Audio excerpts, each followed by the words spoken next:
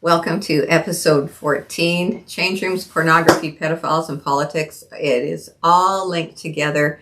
I'm going to try to communicate a little bit like a newscast, but with some commentary and information mixed in. We're going to start on the east side of Canada. We're going to go all the way across, end up in the middle, because we need to understand how this is linked all across our nation.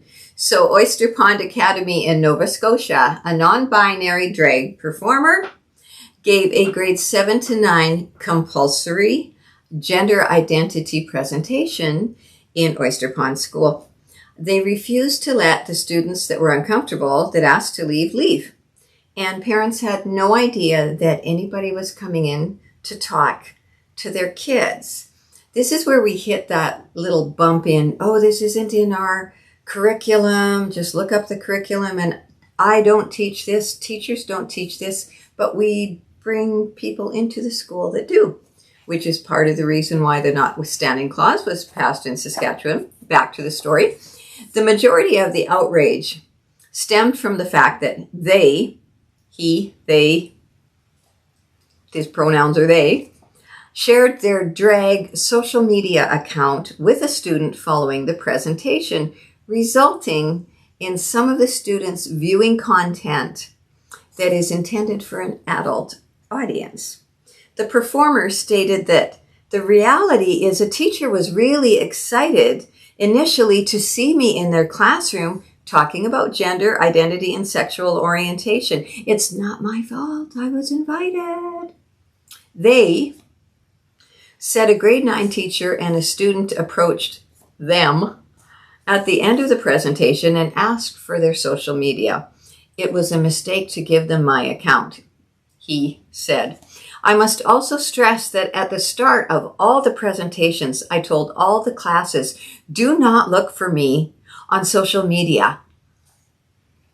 That's like a red cape in front of a bull to just about anybody, never mind teenagers. So the school's response to the parents' complaints was this: we are legally required to follow the health education curriculum provided by the Nova Scotia Department of Education. And this is something I've said before. This is something you'll run into constantly. It gets batted around from one department to another, and nobody's responsible. So here's my question. Does the Nova Scotia Department of Education require, I'll read it again. We are legally required to follow the health curriculum provided by the Nova Scotia Department of Education. So does the Nova Scotia Department of Education require drag queens come into the classroom? I'm going to say no.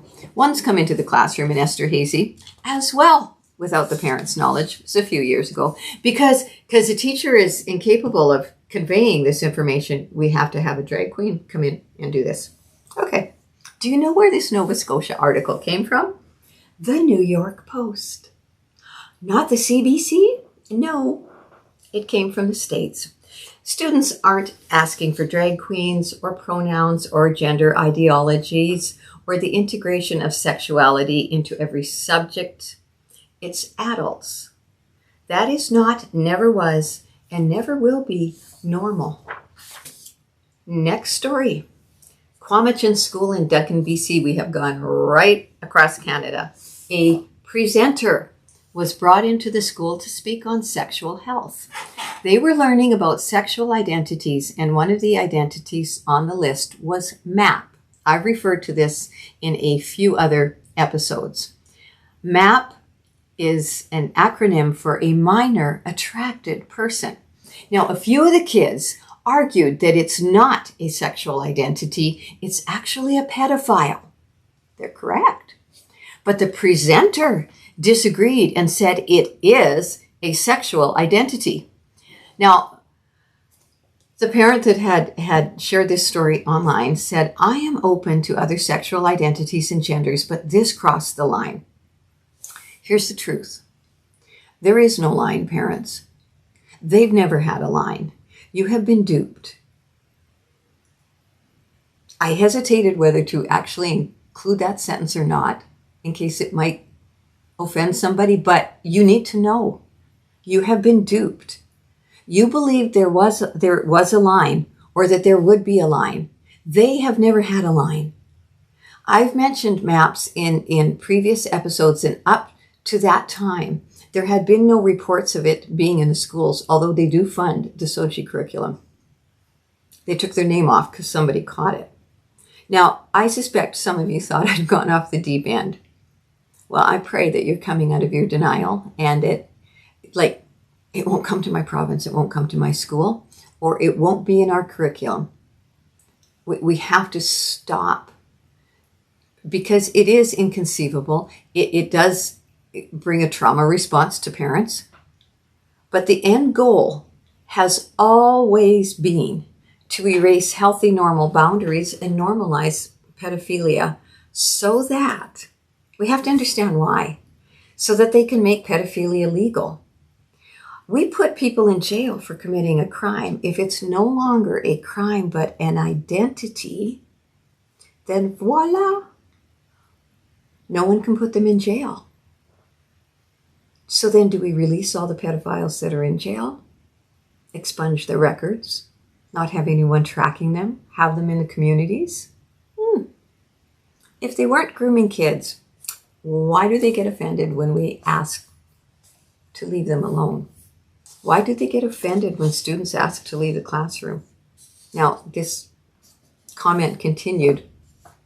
My daughter was uncomfortable, listen carefully, talking about pornography videos of two males. And she did not want to be part of the discussion. She was not allowed to leave the class. I'm disappointed that she is not allowed to voice her discomfort.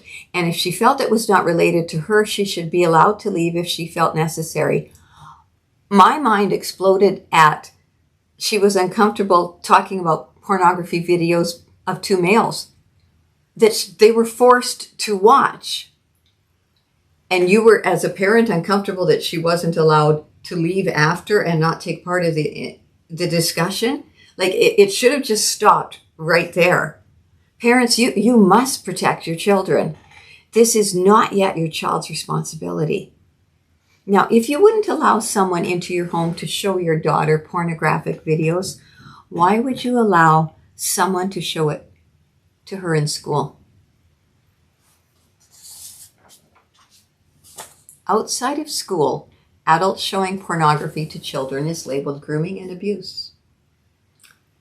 Why is it not labeled that inside the walls of a school? Charlene, this is just your truth. There are multiple truths. Objective reality does not exist. Well, then 2 + 2 can equal 5. This is mental illness, and it leads to moral nihilism and societal decay. And it goes back.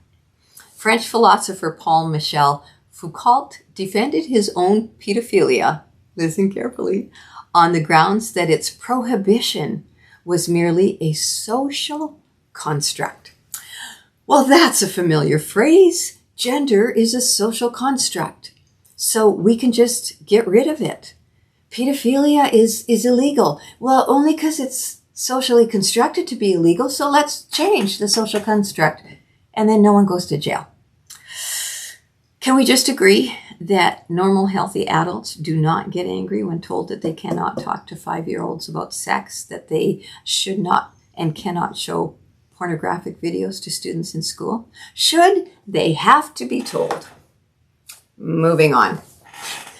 How many of you would be comfortable arriving at work, and if it was required, a change of clothes, many jobs do, and having to undress down to your underwear in front of your coworkers of the opposite sex? Now, there is the odd person that no problem, but they are the exception. No healthy society is ruled by exceptions, but in Balgonie, and I know many of you are aware of this story, but for the context and where we're going, I'm going to repeat it. In grade 7, 2 boys, whose parents are choosing to raise them as girls, walked into and changed and are continuing to change in the girls' change room.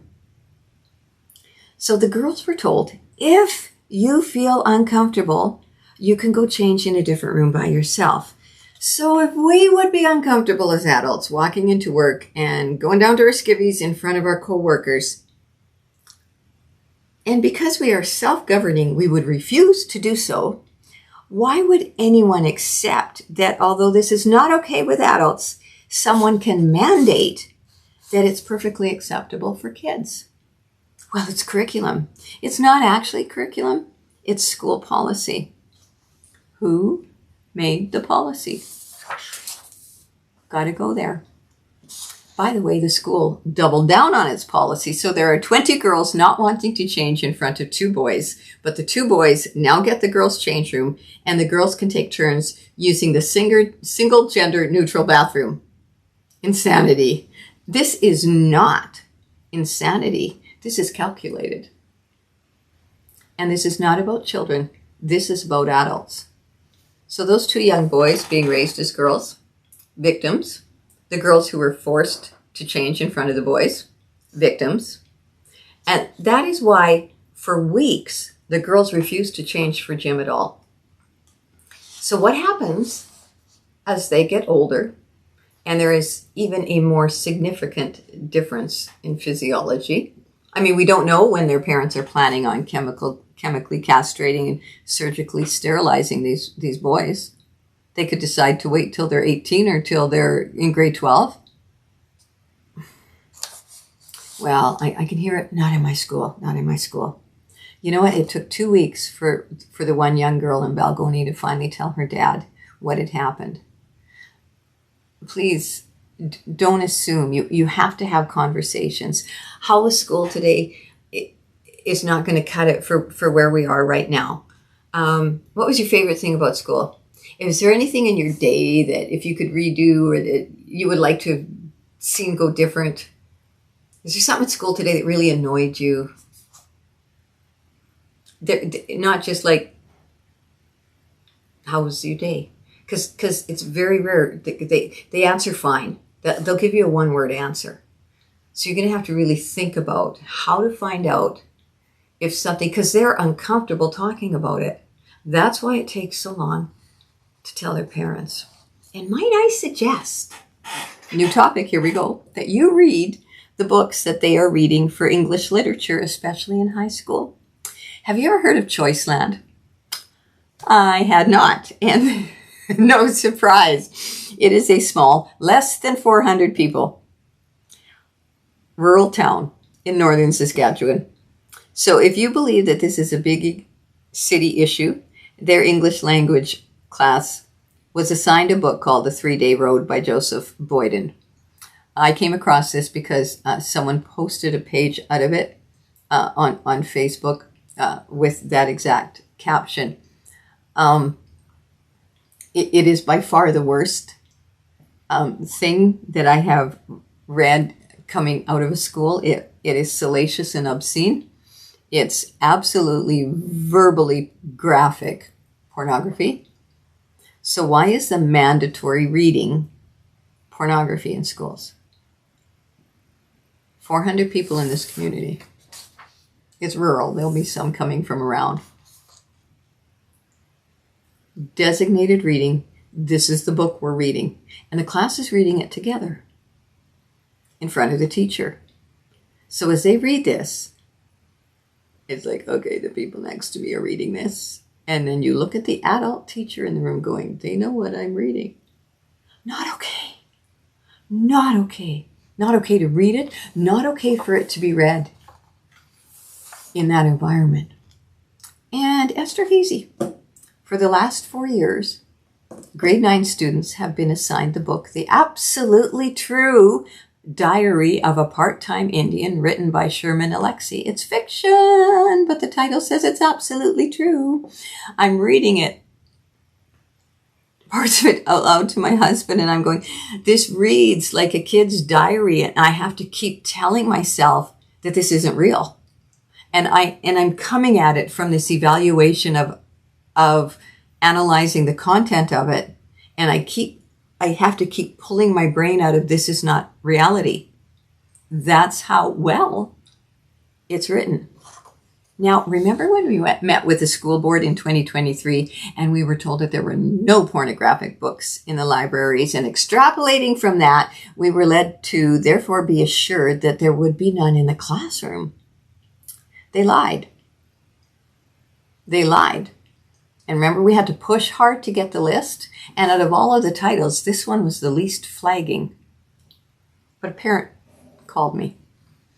So when Quentin pointed out so self-righteously that he had removed 2 books from Melville that were inappropriate because they had the word Nigger in them, and this is pertinent, I have to question that he didn't know what was in this book. Because if he takes books out that have that word in them because it is inappropriate, why are these books being used by like this is 120 students if there's 30 students in a classroom.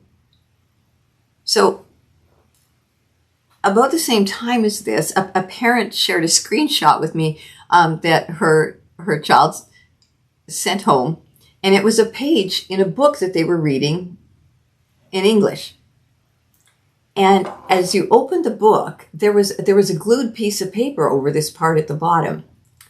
Come on, we've all been kids. I'm old enough. Nobody gets letters nowadays. We used to just try to steam open an envelope just to see if we could do it. So there's this big piece of paper on the bottom eighth of the page, and hers was probably because kids for 4 years had been trying to see what was underneath it. So she pulled it back, took a screenshot, and sent it to her mom. When I read it, I was like, oh my goodness. And then I read this novel, The Absolutely True Diary of a Part-Time Indian. And I get to the bottom of this one page and I realize I have read this before.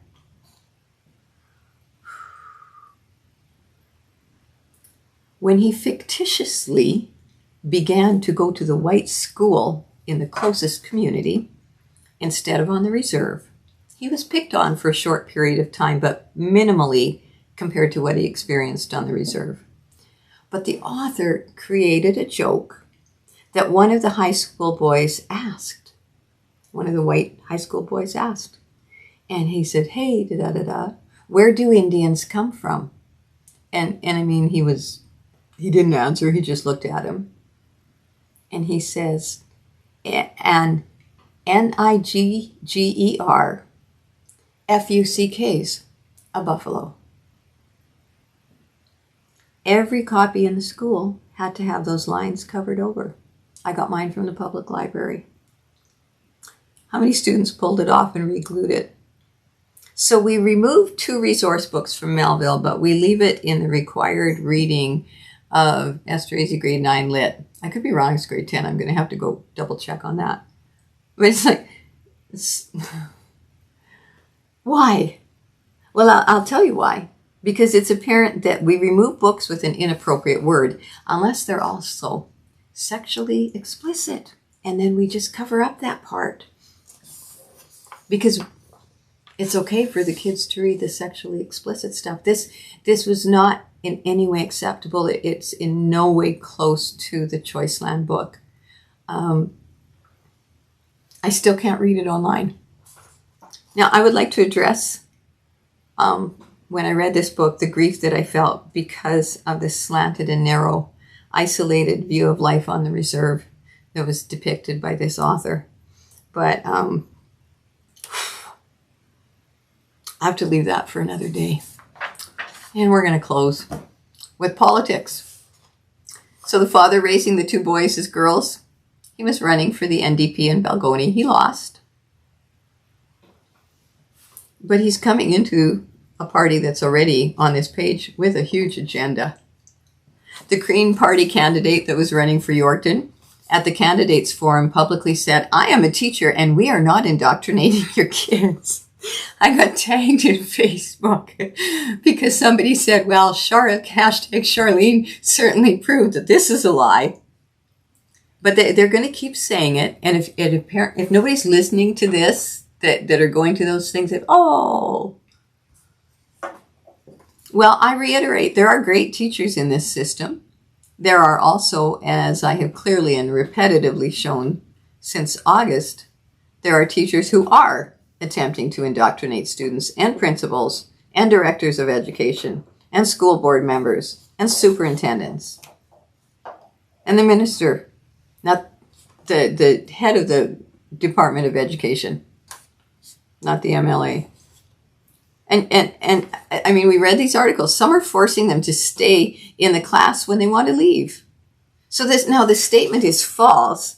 We're not indoctrinating your kids, not because some are and some aren't, but there is no collective we with the teachers. Newly elected New Brunswick Premier, parents have lost the rights again to know what's going on with their children. So they were forced to tell the parents if the children wanted to change their pronouns up until 16, or were struggling with identity issues. It's like in New Brunswick, they weren't allowed to tell, and then Premier Briggs came in and said, no, you need to tell parents. Parents need to be aware of what's going on. They need to be part of this process. And but it's been changed now. It was to over 16, and it now reverts back to withholding information from grade 6 and up, because at grade 6, they're aware enough to know. Now, here's the crunch. It's mandatory in New Brunswick for teachers to tell parents if anything comes up that indicates their child's safety or development is at risk. But changing a pronoun does not fall into that category. I'll just throw that out there. There's nothing more to say. And Nova Scotia, because our Department of Education legally says this, they're not allowing students to leave the classroom. So politics is in bed with, did I say that? Yes. With with this whole system of indoctrinating kids. Now, the Saskatchewan NDP, had they been elected, said they would repeal the Saskatchewan Party's notwithstanding clause that prevents children from changing their names or pronouns at school without parental consent. So schools, not all teachers, have been weaponized to indoctrinate your children. Some elected members of government are scarily ready to indoctrinate and transition your children, and the justice system, hear me, the justice system is getting ready to not protect your children. If they claim and get to the point where a minor attracted person, is an identity, we're going to have I don't know if I can say this, we're going to have a revolution in the nation. I believe we are, and I'll talk about that later. We're not going to get there, but we're going to have to stand up and speak out. So as I was prepping for today, and even this morning, constantly stories are coming up. And they're being revealed. So it's increasing. What's going on isn't just getting revealed. It's increasing. It's accelerating. And this is the 14th episode that I have put up.